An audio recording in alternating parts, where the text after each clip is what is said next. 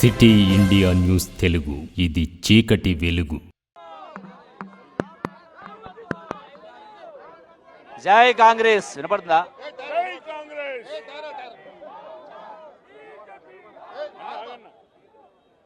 జై కాంగ్రెస్.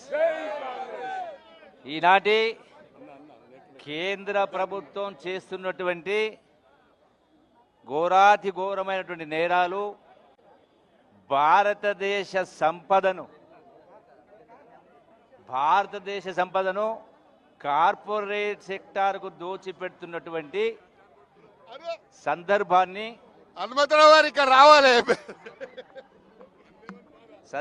గ్రహిస్తూ ఈనాడు కాంగ్రెస్ పార్టీ జాతీయ స్థాయిలో చేపట్టించినటువంటి ధర్నా కార్యక్రమం ద్వారా దేశ ప్రజలందరికీ ఏ విధంగా ఈ భారతీయ జనతా పార్టీ ప్రభుత్వం నరేంద్ర మోడీ గారి నాయకత్వాన దేశ సంపదను కార్పొరేట్లకు, ముఖ్యంగా ఆదానికి ఏ విధంగా లక్షల కోట్ల లాభాన్ని ఆర్జించే విధంగా తప్పుడు విధానాల ద్వారా దోచిపెట్టే కార్యక్రమం చేస్తూ ఉన్నారో దీన్ని నిర్ద్వందంగా ఖండిస్తూ, దీనిపైన ఏమాత్రం కూడా ప్రజాస్వామ్యం పైన గౌరవం ఉన్నా ఈ దేశ ప్రజల సంపద, దేశ ప్రజలకు సంపద దక్కాలంటే నిజాలు, వాస్తవాలు బయటికి రావాలి. కాబట్టి జాయింట్ పార్లమెంటరీ కమిటీ వేసి నిజ నిర్ధారణ చేయాల్సిన అవసరం ఉంది.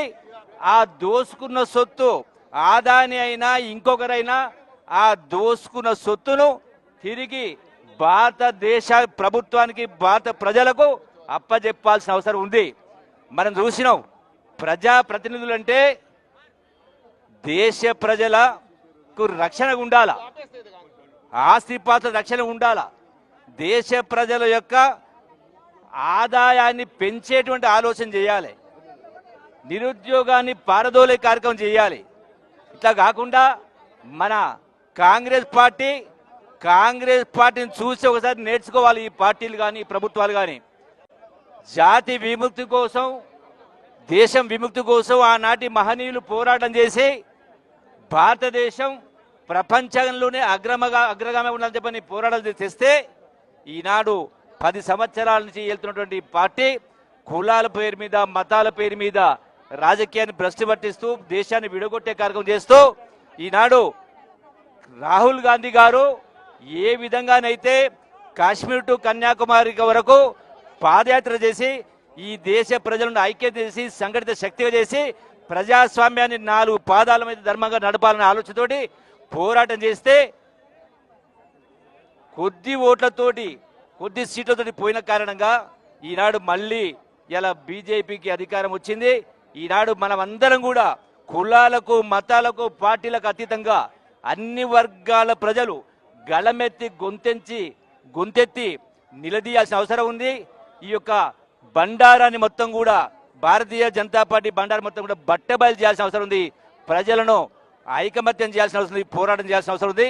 ఈ సంపదను, దోసుకున్న సంపదను తిరిగి రప్పించి ఈ భారతదేశ ఖజానాకు జమ చేయాల్సిన అవసరం ఉంది.